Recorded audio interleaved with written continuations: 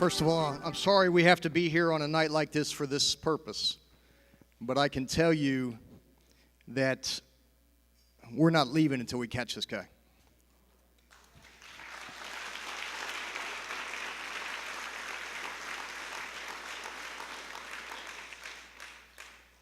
You know, there are a few folks in the audience that you will recognize, some of whom are standing right here, many of whom are out there on the streets patrolling right now, and they've been there for almost 9 days, 24 hours a day, 7 days a week. You have seen them. There's a lot of them that you haven't seen. But this area right now, for the men and women of the Tampa Police Department, this is personal. This is personal, and they're not going to stop until we catch this guy.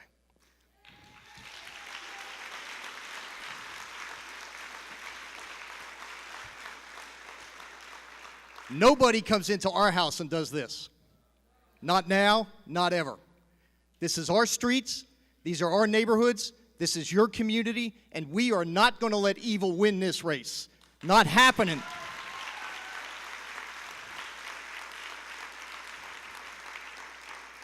And sometimes the only thing between good and evil are the men and women that you see right here.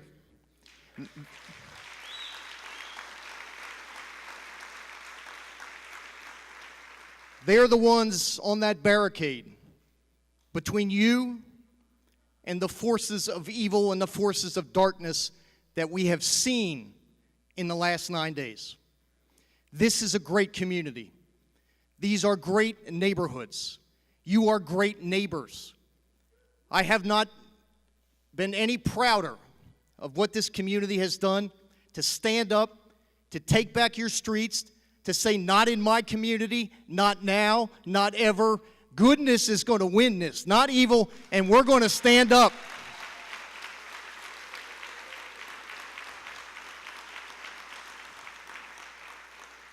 You've come together, you've rallied, you've taken care of some of these families here who have been ripped apart by this tragedy. You've stood strong. You're out there doing what we need you to do. We need you to turn those lights on. We need you to be visible. We need you to tell us what you see. Every little bit makes a difference. It doesn't matter how immaterial you think it is. We need you to call us and let us know what's going on. That's how we're going to catch this guy. Good neighbors, telling police officers, good police work, and we will hunt this son of a bitch down until we find him.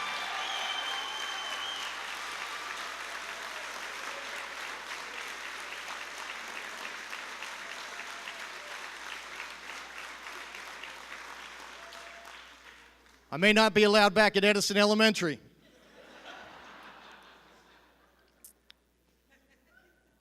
This is going to be a long journey. I can't tell you when this is going to end. But I can tell you this, we don't know what quit means. And we will be out here until we find this person. The city is active out there. You saw us out there today with our trucks cutting down every alley, every piece of shrubbery that was out of place. We have added over 1,000 street lights in the last year to Seminole Heights, 100 in southeast Seminole Heights. Our partners at TICO are helping us fix the ones that are broken right now. Our partners from all over the community, and Commissioner Les Miller is standing over there from the County Commission. Our partners in law enforcement.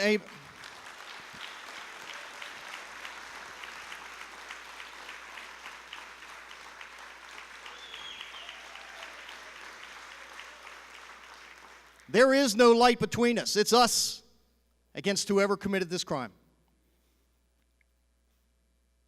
We need your help. We need you to continue to do what you're doing. We called this meeting because we wanted you to hear the facts as best we can tell you. There will be some things that we can't tell you. You recognize that. You understand that. But don't pay attention to the blogs and to the internet and to the social media. We want you to hear it from us, what we are able to tell you, what we are contemplating doing, what we are doing, and then what that path forward is. This two-way conversation is important. We can't rely on rumors. We can't rely on innuendo. We can't rely on the haters out there and the trolls on the internet. We've got to rely on each other, and I promise you, just like Irma, we're going to get through this. We're going to get through this, and we're going to solve it. And this community will once again be that great part of our city that it was before these tragedies occurred. We can't replace those young people that were killed. We can't replace the hole in the lives of some of these families. But we can do this. We can make sure who did this pays and pays the ultimate price, and that's what we're committed to doing.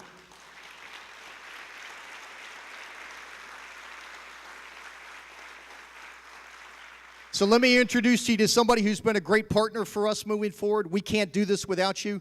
We can't do it without the neighborhood associations. Stan, come on up here.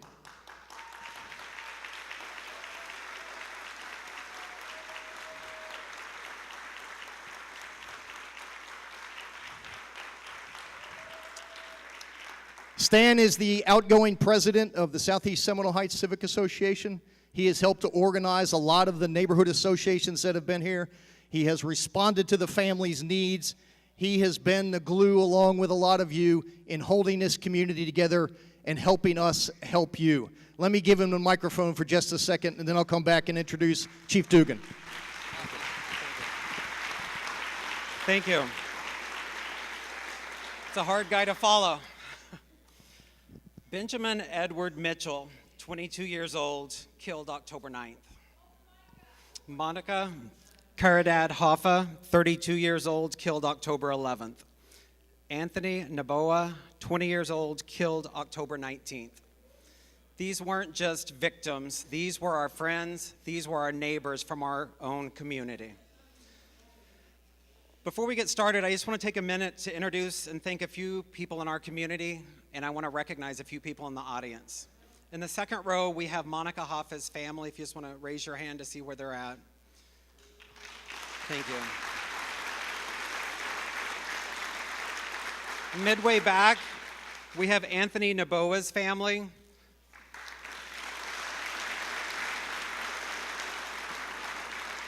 And I'm not sure, is anyone here from Benjamin's family? Yes, bless you. For those that don't know me, my name is Stan Lassiter, and I've been president for Southeast Seminole Heights now for almost 4 years. I've lived in this community for 25 years, and this is my home. Most of you in this audience right now, like me, have lived in this neighborhood long-term or possibly moved in recently. One of the things that I can say about, tell I don't do this often. One of the things that I can say about this community is we are a resilient community. We work together and we do come together.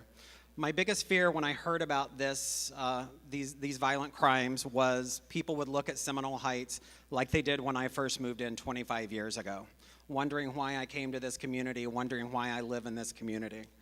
I can tell you why. It's because ever since this happened, I have been touched by my own board members with me sitting down here in the second row. I've been touched with associations throughout Seminole Heights, and many people don't know Seminole Heights is more than one neighborhood. We're not just Southeast Seminole Heights, we're Old Seminole Heights, South Seminole Heights, Hampton Terrace. There's so many parts of Seminole Heights. When this happened, every single association got in line with us. They stood with us, they walked with us, and they are here helping us rebuild and heal this neighborhood.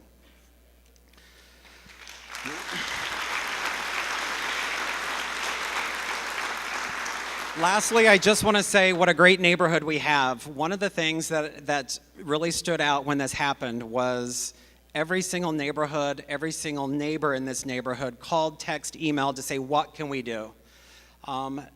We've raised with the City of Tampa Police Department, there's now over $25,000 for a reward. We're still fighting to get that number higher because I think the higher the number is, the more likely someone will be to come forward. We've actually had the Hampton Terrace Community Association get a church for the family for the funeral on Friday. We've had them donate a burial plot for their son so he could have a final resting place with dignity.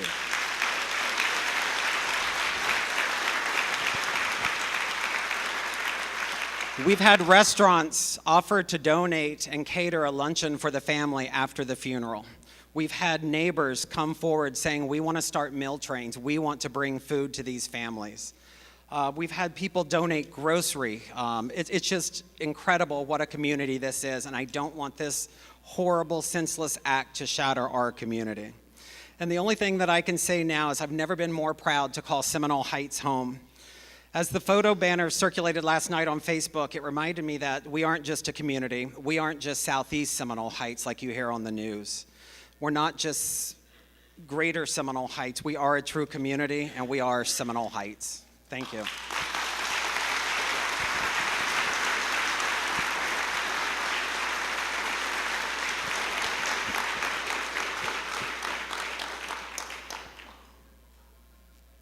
I don't think he needs any introduction. You've seen him out here 24/7 leading the men and women of the Tampa Police Department. He is a longtime cop. He's been with this department since the beginning. He is our interim chief now. Let me introduce you, Brian Dugan.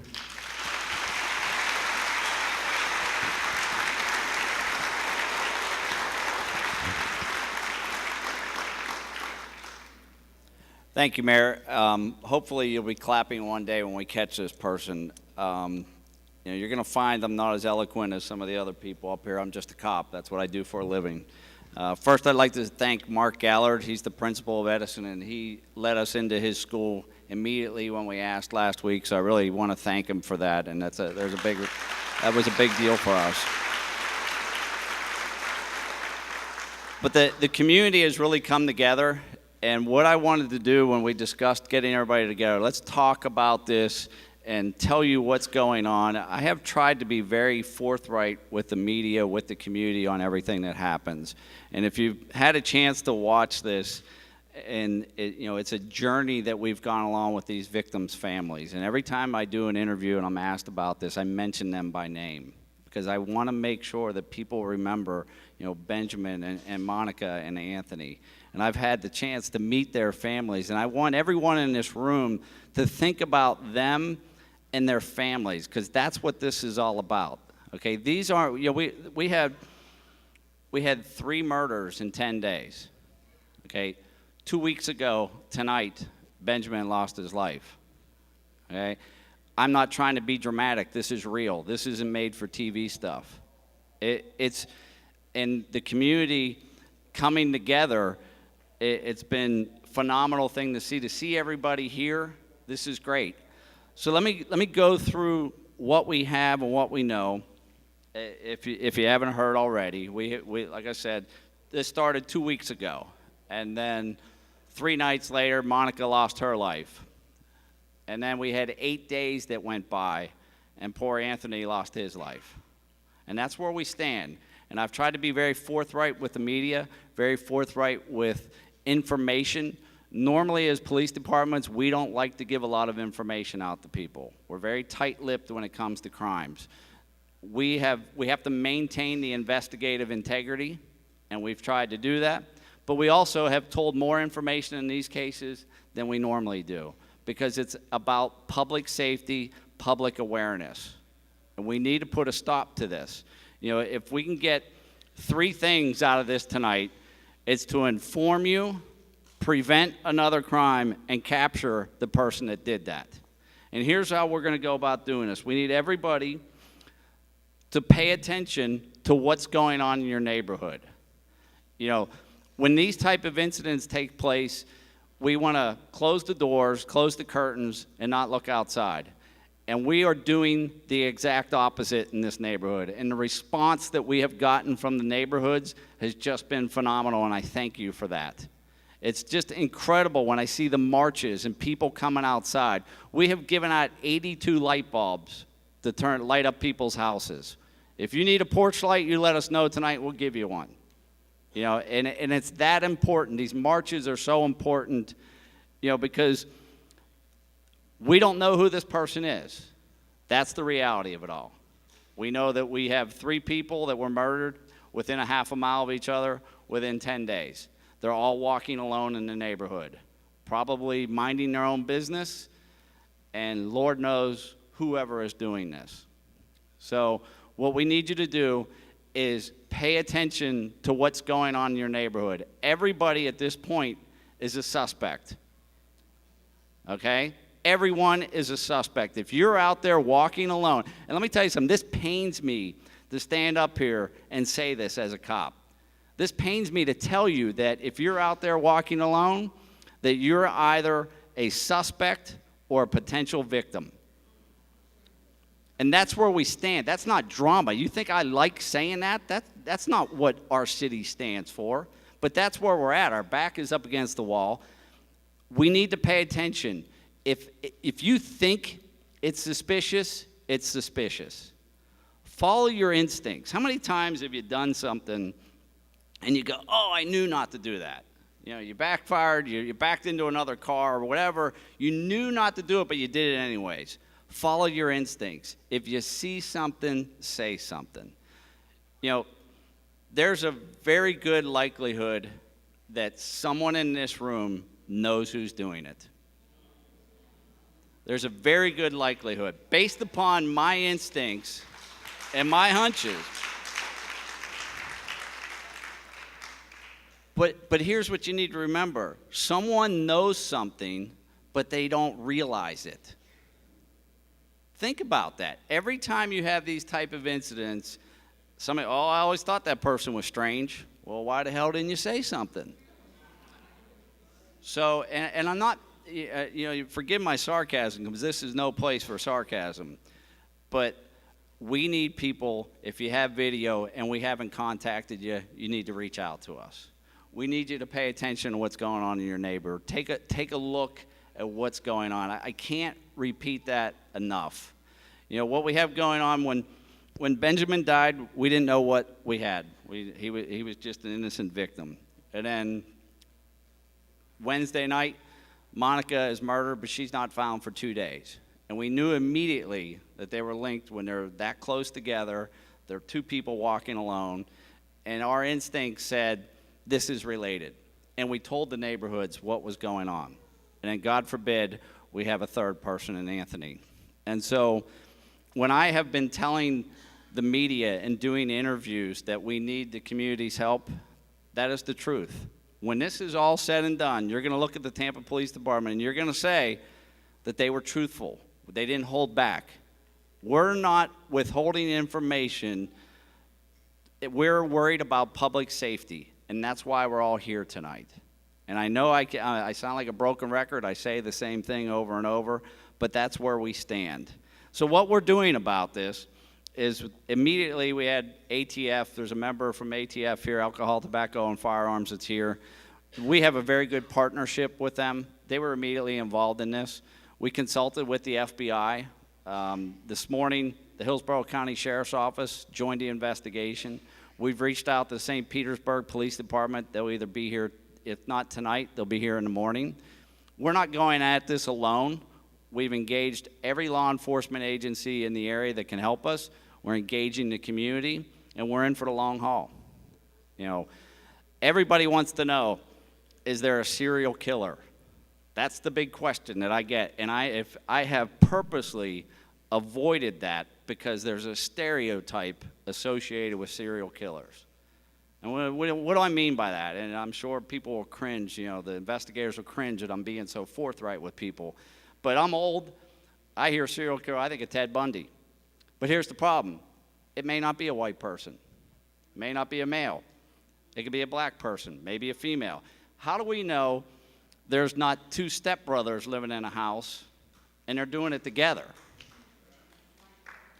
So let's not let labels and stereotypes box our vision in and we miss what's right in front of us.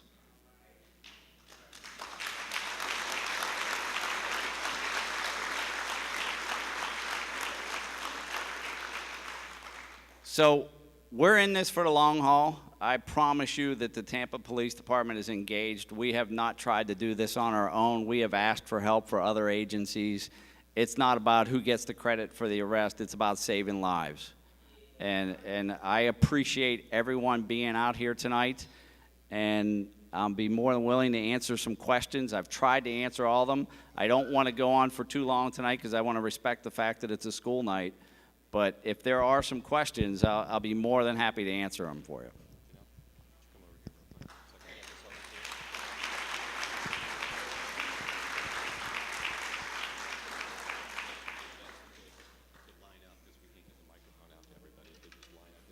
Okay, if there's anyone has any questions, if you could just come down here and line up. And if you don't have any questions, that's fine. Hopefully I've answered a lot of them.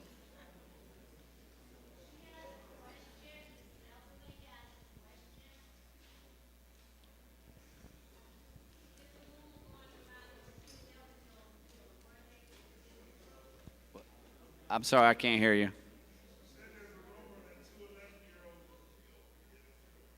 No, not that I'm aware of. There's a rumor that 2 11-year-olds were killed. That's not true.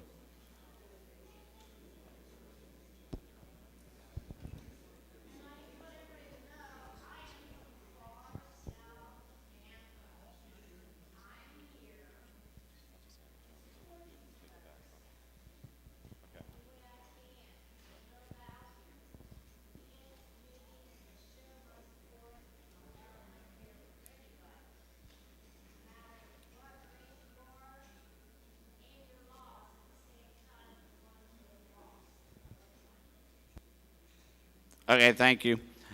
Are we ready here? If we could just get everybody to stop clapping, that way we can just get through this and cut to the chase. Yeah. You need to come down here.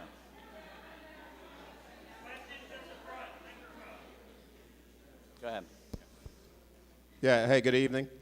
It's the mayor called a person or the suspect a son of a bitch. That's what the mayor did. Donald Trump called African athletes a son of a bitch. Okay, so do you have a question? Because if you don't have a question, just move on. I ain't got time for your nonsense. Why is the mayor indicting the person's mother? Okay, that's not productive. I've got family members here. You can leave. So who's next? Rocky, just ignore him. Hey, everybody needs to show some class, okay? If you're not here to do something productive, then you can leave.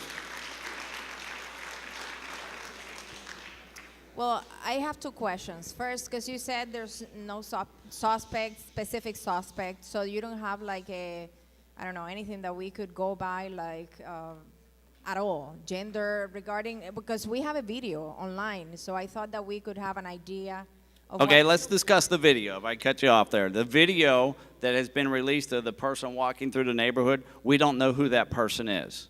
We have video that he was out in the neighborhood at the time that Benjamin was murdered. And so that's why we are trying to find out who that person is. They could be completely innocent. We just want to rule them out as being involved in this. And my other question, is there any way, because I know you're giving out bulbs and all that, which is very helpful, any way that we could have any possibility of installing cameras in our houses with any kind of help? Yeah, that's something that maybe we can get a third party to be involved in, but we don't have the money to yeah, there's not much we can do about that. The question I have is, we passed through that neighborhood a couple of nights ago and noticed it was still dark. And it still looked like it had pockets of where activity could happen. And the question is, what is the city doing to increase the visibility in that area at night so that it appears to be a little safer than it looks now?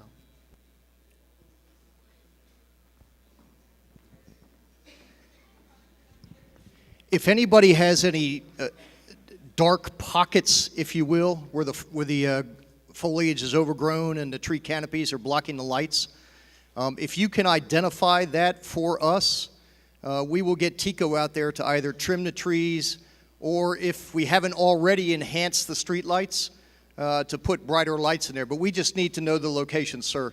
So if you could let Janelle raise your hand. Janelle, or where's Carla and Murray back there. If you have locations, let us know, and we'll do the best we can to either trim it or light it up even brighter. What's the best way? Go talk to Murray and give us if you have the number on the pole, that's the best way to do it. And just so you know, we had our officers out there this weekend, and they combed through the neighborhood and got the pole numbers in the locations where there were street lights that were out, and Tico was out there this morning and fixed them all. So they should all be up and functional in the neighborhood, but if they're not, if you let us know, and we'll reach out to TICO. My question is, the man was walking that we filmed him. We saw him walking. You noticed that person. So why was he not walking? Was he walking to a home? We don't know. If we have the videos set up all the way to the home, we could easily catch people. We could easily see what's happening. An area there with just one little limited area. Why not in the homes? We would be able to see things better from the homes. I hope you can find some way to do that, to protect that. Thank you.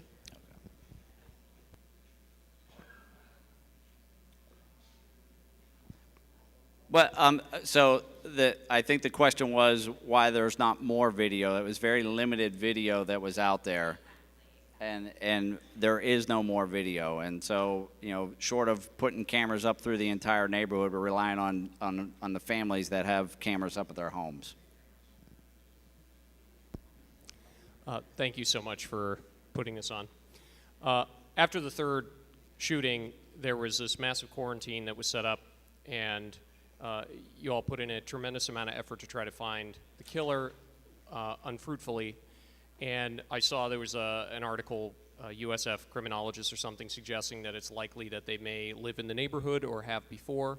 I'm just wondering, because it's impossible to have certainty about these details at this point, how important you think that might be if it is the case, and how probable do you think that is? Well, I'm not interested in getting into that because, like I said, I don't want to label and stereotype. It could be anybody. And so your guess is as good as mine at that point. And, if we had that type of information, we would share it.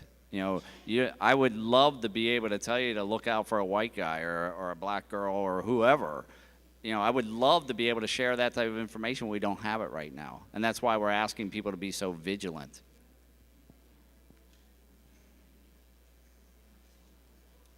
Thank you guys for putting us up here today. I just wanted to ask if you could give us a more detailed time frame as time of day as to when these attacks occurred. Were they all after night? Were they all between midnight and 7? Something to that effect. It was Benjamin Mitchell was murdered around 9 o'clock 2 weeks ago on Monday night. Monica Hoffa, we had calls of gunshots about 8:45 Wednesday night. She was found Friday morning. That's why we think she was murdered Wednesday night. And it was right around 8 o'clock, a little bit before 8 o'clock, where we found Anthony Nybo. I just want to say thank you to all the officers for being in the area here. It's really made me personally feel a lot more safe, and I'm sure the rest of the community feels better too. Thank you.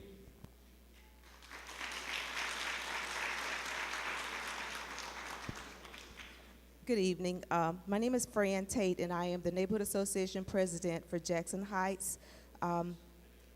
My neighbors, my association, the community over in Jackson Heights, they're pretty anxious about this whole situation. Can you give us some advice to take back to our associations, something that will help relax them and ease their mind a little bit, something I can pass off to my elderly community members? I wish I could, but I'm sorry. She wanted to know if there was any type of information that she could take back to her neighbors to relieve their anxiety, and my answer is unfortunately I can't. But what I think what might help relieve some anxiety is getting everybody outside, and we love to spend time on our Netflix and our smartphones and PlayStation, and nobody comes outside anymore and talks to each other, and that's how people are able to do these type of things in our neighborhood. So what I'm asking is maybe you go back and tell them put their porch lights on and pay attention to what's going on outside. I wish I had a better answer. All right, thank you very much.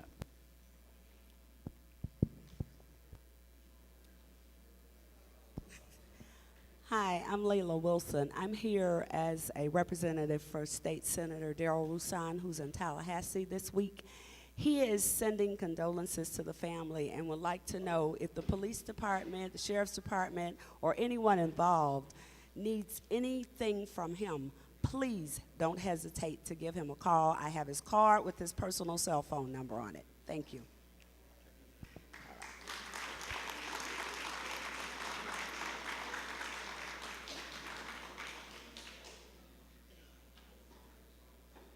Yes, my name is Gail, and I guess I just want to know, because we're seeing 3 murders now, but I want to go back to Dante Lampkins. Has there been anything new with that? Because the MO appears to be the same. Has there been any new information on that? No, Is this a person that's going to stop and start back and stop and start back? I can tell you that that murder, poor Dante, that is not related to this. I'm not here to talk about that specifically. We're only here, but they're not related. If they were, I assure you, I would tell you.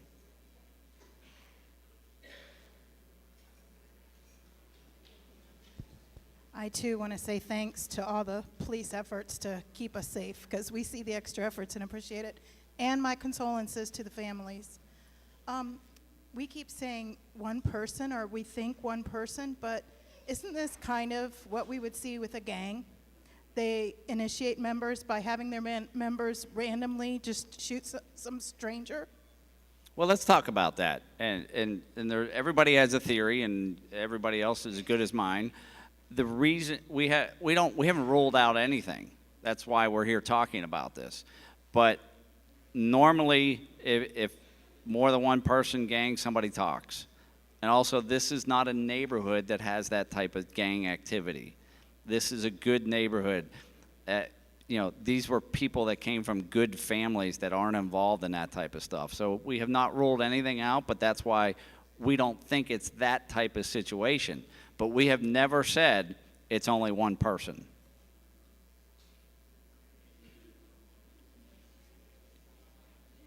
Hi, my name is Courtney Baumgartner. I'm a resident of Southeast Seminole Heights. My question, I'm not sure if it's more for the city or the police, goes to vacant houses. We have a bit more probably than the normal neighborhood in ours. I personally don't have any neighbors because the house across the street next to me, and I have a parking lot behind me, there's no neighbors. One, is there anything I can do to get them to turn their porch lights on, or short of contacting the owner and asking them to turn on the electricity or illuminate their house in some way? And then the second goes to surveillance of those houses. I know code enforcement was out earlier today, surveying, seeing if there was anybody like hiding in the houses, I guess. If there's anything, if you guys have like a database or some sort of way of tracking which houses are vacant and where people could be hiding. Courtney, I don't know that we can tell you which houses are owner occupied but yet vacant, and so we don't have any jurisdiction there. The houses that are vacant and in need of being boarded up, we were out there all day today, and we're going to be out there as long as it takes for those houses that are abandoned or in some state of disrepair to make sure that we board the windows up so that no one can hide in there. And that's what you saw our folks doing today is the only thing I could suggest to you in terms of the houses that are owned but vacant is to go to the property tax records, find out who owns them, and send them a letter. And, say, please put your power on or put your lights on. But the abandoned houses, we're on top of that one. Yep. You bet. Good evening. My name is John, and I think a lot of us are curious just to know how certain we are that this is from one individual. For example, is there a way to determine if, like, the bullets are linked to a single gun, or is this is the best scenario that it's one person, or could there really be multiple? Well, we don't have those answers, and that's why I have stayed true to the line of we don't know if it's one person or not. I heard the other night somebody said there was a new twist that the chief said it might be more than one person. I've never said it was one person, and I can't allow people to focus in and zero in on one suspect, one stereotype, or anything. It could be anybody.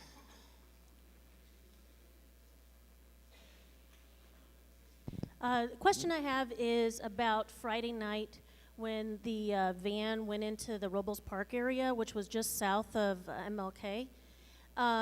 Is there any thought about there being some type of connection, going back to what she was saying about possibly some kind of gang initiation or just randomly shooting people? While no one was killed in that incident, there were 4 people injured. So nothing really has been said anymore about that in the news except that it happened. And I don't know what kind of focus is being placed on that. Well, the 4 people that were shot the other night, have not cooperated and their families have not cooperated. That's a red flag for me. These 3 people, their families are good people and they have cooperated. So it's totally unrelated. Wanted to mention, because I found this myself online. I know that you guys have a registration online where if you have any kind of a camera device, that we can let the cops and the city know who has cameras. And I don't know who all has cameras in this audience, but you know, if people don't know about the registration, there might be footage out there that could be helpful. So I just thought it would be good to mention that. Yes, I appreciate that. That's called Project Rec, and they had reminded me a few minutes ago to let everybody know about that. You can register your cameras with us. We don't get access to them. We just know you have them, and when there's a problem in your neighborhood, we come knocking on your door and see what you may know. So if you can go online with tampagov.net at the police department and register and let us know, we're going to be going through the neighborhoods, knocking on doors, finding out who has. We've already done that, and we're going to continue to do that to see who lives where and whether they have cameras or not, whether we know about them. Chief, certainly we thank you and the city for what you're doing. In the next few days, there's a lot of people that will celebrate Halloween. A lot of kids will be out. What is your suggestion for these families as it relates to those children going out? Yeah, we will have a heavy presence. My suggestion that everybody comes out, and I assure you that I will be out there patrolling the neighborhood on Halloween. I will personally be out there, and everyone at the police department will be engaged. Actually, that gentleman there just going to ask. So I was going to ask about Halloween. I'm hearing a lot of concern from parents, and they're talking about going to other places, and I really hope you can reassure people to get out there and be in our neighborhood, show them we're not afraid. No, I get it. And, you know, like I said, this isn't a hurricane where we're hunkering down. We want to do the opposite. Your instinct is to stay inside. I'm asking you to do the exact opposite, and people are doing it. It's just amazing to see the way the neighborhoods are rallying together and coming out and everybody going on the marches. And we need everybody out there Halloween. We got to do it for the kids. I'll be out there myself. Yeah, my name's Justin. I'm with the Tampa Heights Civic Association. And a lot of the different things that you're doing to help alleviate those dark spaces and unlit areas in the alleys and keeping those clean, those are issues we've reported to the city a lot of times, and we've gone through TICO with the lights that are out on the street. We've been doing this for 2.5 years I've been on the board, and we're not getting, and we have never gotten activity. We've got a lot of shootings we've dealt with down there as well. And I would just say, getting this alley, some of these are systemic issues with lighting and the alley spaces. I've had stuff stolen out of my backyard, so I've closed off my own alley. That process through the city is very cumbersome, and making it easier for people to take control of their own blocks and empowering the neighborhood to do that would be a great step in the right direction and help kind of reduce the amount of areas that this person could be hiding in. So working with the neighborhood associations and not fining people for closing off their alleys to keep the bad pedestrian activity from going on in there is something that I think we should all be thinking about, and talk to your local civic association and try to get their support. Just wanted to throw that out there because a lot of these are systemic issues with just the way our environment is designed in these neighborhoods. Well, we were out there today cleaning up the neighborhood, and I can tell you, and I don't say this because he's the boss, because I could just leave it out. Sometimes when you don't say something, that says more than anything. But I can tell you that the mayor is heavily engaged in this. I talk to him every day about it. He's been out patrolling, and he has everyone in the city engaged in this neighborhood. I think it was very evident this morning when you go out there and you can see people out there in the alleyways and the street lights. And like I said, TICO, they're a totally different entity, and they were out there today. So everybody is engaged right now. Orlando Goose, retired Tampa police officer. I know these guys are working very hard, but Chief, can you tell maybe the audience some tips of those people who may have to go to work at night, who may have to walk at night, what they can do to be safe? Well, we're asking everybody to stay out there in groups, not walk alone. Make sure you have your lights on.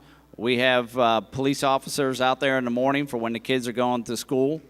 And we're out there with a heavy presence. We need everyone to stick together and not be out there walking alone. You mentioned that the victims and their families from the Friday night shooting were not cooperating, I guess, how you would hope. Is there anything being done between the communities and the police force to kind of build the trust with these families and the people that live in the communities, that maybe they're more willing in the future to come forward and talk about stuff that happened? Yeah, we're always doing that. Unfortunately, there's some people that live a certain lifestyle where they don't want to cooperate with us. Is there a place that we could go as citizens, like maybe online, and see these things that you're doing? And just, I mean, not that I'm saying that you're lying to me, but just, is there a place that we could see the efforts being made? Well, you got to come do a ride along with us and go into that neighborhood and see what's going on, and you'll see firsthand. Thank you. So.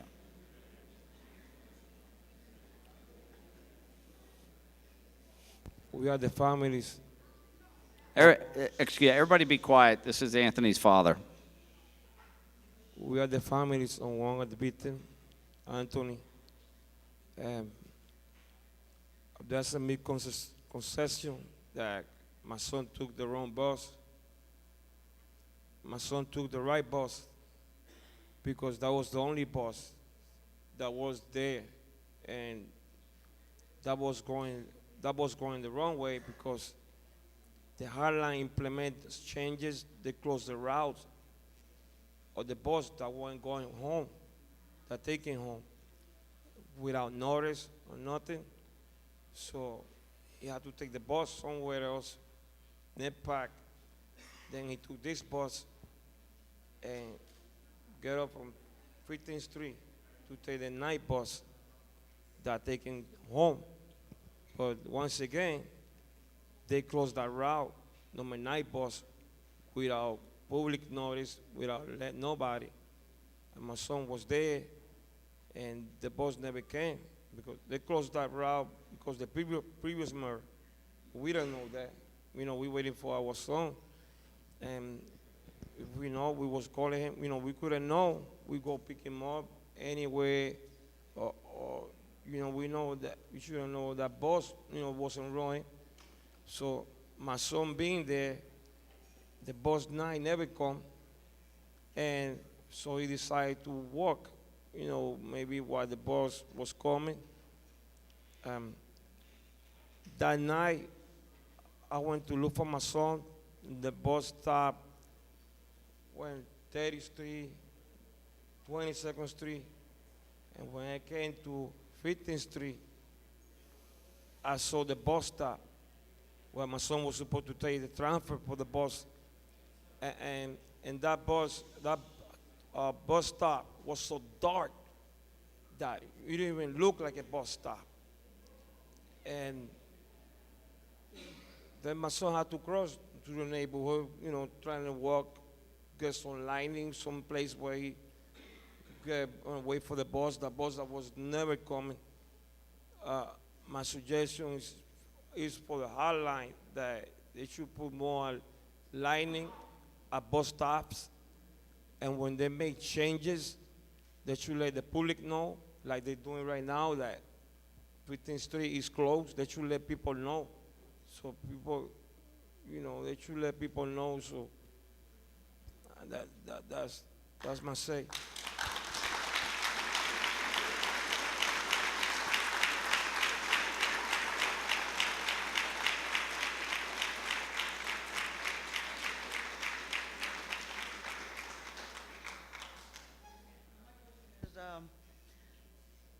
No, not my face, please. With the time change getting ready to come, I have young children, and young children walk to school by themselves. Is there a way to notify parents? That way children don't get the ladies that are the crossing guards.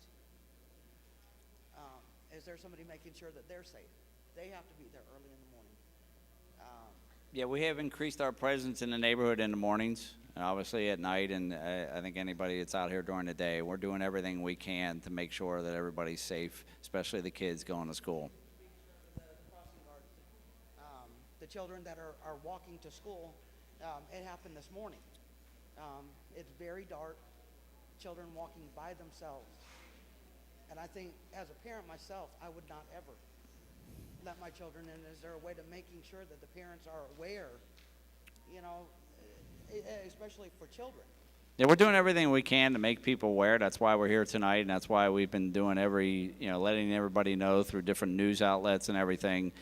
And I can tell you, it's so difficult as a police department when you look at it's a small neighborhood until you try to figure out every street corner out there, and it's really tough to cover that much. And that's why we're doing all this, to get everybody out there, and that's why we're asking for people to come outside of their homes, because we can't do it alone as a police department.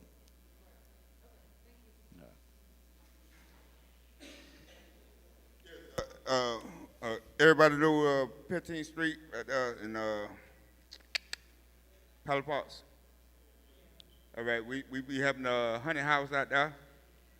We ain't gonna have it this year because the killer out there.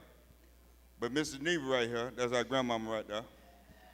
Yeah, but boom. Now if your officers come out and do something for the kids, right, that'd be awesome right there. You know what I'm saying?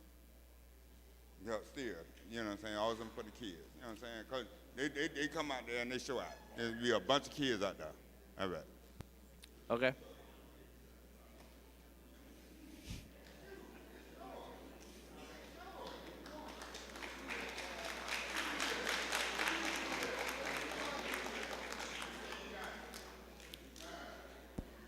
My name is Ingrid Smith, and I'm a HART pass rider. Oh, okay. I was told that a representative from HART would be here tonight. Two issues. One is that I understand, due to funding, they cut a lot of routes. What I don't understand is cutting stops along a route, and especially if that stop was a sheltered stop that had lights. The other night when y'all had the vigil march, I came up on the tube, arrived late, realized now that walking when everybody else had already left. Didn't realize the intertension until a friend of mine stopped in the middle of Nebraska and said, "Get in the car," and I hopped in. The 9, which is the route along 15, I had made a suggestion to HART. Every household along that route, it would behoove them to give them in their hands a schedule so that the homeowners who live along there know when to expect to stop. And if they see the bus stop, you want eyes out and people out. Come out on your front porch, have a flashlight, give that person a safe escort home. Because if HART is not going to have that bus between those zones with the hyperlink to at least have everybody get off who is going to stop between Hillsborough and Martin Luther King, if they're not going to give them door-to-door service, then maybe the residents can at least door-to-door be out there with a flashlight, shine them home. Don't shine on them and make them a target, but at least shine the bushes and the things around them. HART posted that the 9 was detouring today, so I didn't take it, and it would have been 2 blocks from here. Instead, they said it was detouring 26 on 22nd, and yet I see it going down 15th Avenue. So discrepancy of information regarding the routes, regarding the stops, is putting everybody at risk. And I was told that HART would be here tonight if they would like to address what extra they're going to do to provide safe passage for people who have to get off in that zone. Well, what I would ask is we did not put HART on the agenda because I wanted to strictly focus on the investigations and the information and making the neighborhood safe, but we will pass along those concerns to HART. My suggestion is that you deal with them directly on that, because I'm sorry, God. I don't think I know they're not on the agenda. I don't know if they're, Commissioner Miller? I'm Commissioner Miller. I'm the chairman of HART. Get with me after this, okay? All right.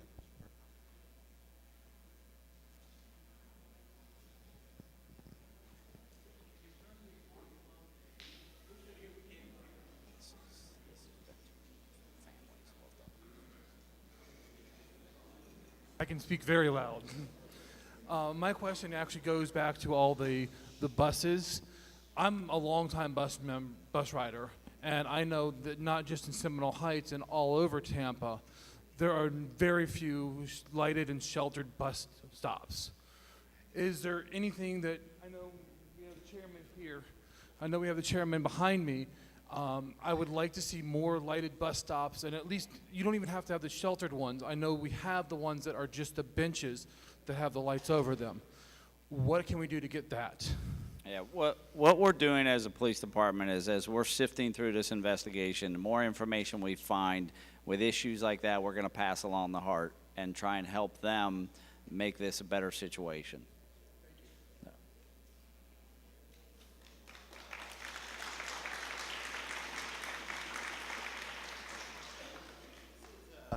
Oh, can you hear me now? Okay. So this is more of something that you brought up with, if you see something, say something. One of the more important tools that have been brought up in our neighborhood watch meetings is the TPD app. That is a very useful tool that we have. You can download the app on Google Play, on the Google Play or the Apple Store. You can download it, put it on your phone, and the great thing is it's discreet. So if you see something suspicious and you don't want to make it look like you're just grabbing your phone and calling them out right then and there, you can actually submit a tip via the TPD app. You can submit a photo as well. And TPD's been really good about monitoring that and getting back to us if anything happens. So keep that in mind, that if you want to be discreet, you can always use the app as well. That's it. Okay, if this will be our last one. Go ahead, ma'am. Hi, I'm Benjamin's aunt. I just want to say thank you to everybody here that has gave us your blessings and everything, and for what you're doing. And to those that stood up tonight, this is not a forum for jokes. Each one of y'all are going home with your family. My nephew was taken at a very young age, and I would never see him grow into a man that he should have been. And you're taking it as a joke tonight to put things out there that makes no sense, that has nothing to do with what's going on.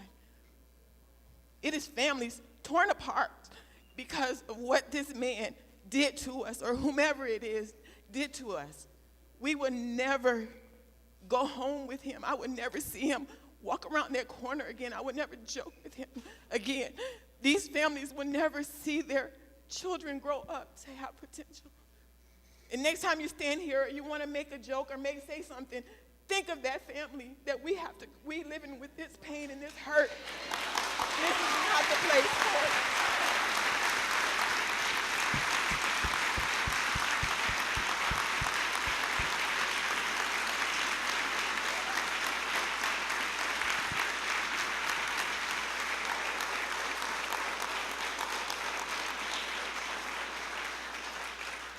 Well, I can promise you this, from this city administration and this police department, this is no joke. This is serious stuff, and we intend to be here until we catch this person or persons who did this. Let me close out with this. First of all, thank you for being here. Thank you for being here for these families. Thank you for being here for this community and being here for your neighbors and your neighborhood.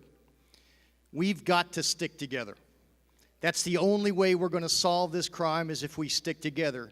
We're not going to let them divide us. We're going to get stronger. We're going to get more powerful. Our voices are going to get louder, and we're going to run these folks who would commit these crimes out of our neighborhoods and out of our city. Period.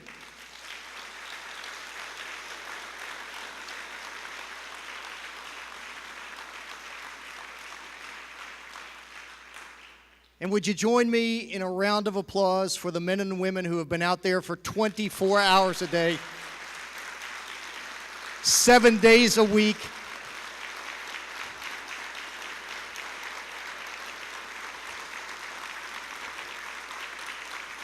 This is their fight too.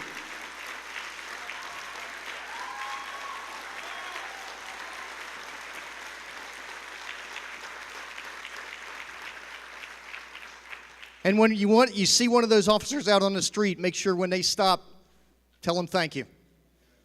Say a prayer for them, but tell them thank you. Now I'm going to close this out with a word of prayer. He didn't know I was going to call him up, but I know he's always ready, and he's going to send us out with a covering to pray for this community, to pray for these families, and to pray for Southeast Seminole Heights. Pastor. Let us pray. I ask that you would join hands to your neighbor who's standing beside you.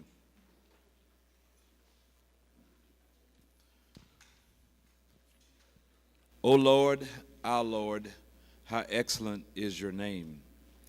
Oh God, we come with this request for not only this neighborhood, but for this city, that, oh God, that you would cover us now. Lord, I ask that you would bring a sense of unity, love, respect. And I ask, oh God, that this person or persons who are portraying these murders and doing these awful things, oh God, that they would turn themselves in and come to realize that evil is all around us. We ask you now, God, these families that have lost loved ones, that you would place a hedge of protection around them. Station your angels of mercies wherever they may go. And in the days to come, oh God, that you will provide for them those things that they stand in the need of. And as we depart this place, oh God, we ask that you would protect our law enforcement, those citizens who will be in homeowners associations. Oh God, that everyone will be vigilant. And I know, oh God, that all things are working together for the good. Those that love God, those that are called according to your purpose. Bless this city now, God. We need a blessing. We need answers. We need closure. And this we ask in your son Jesus' name. Amen. Thank you.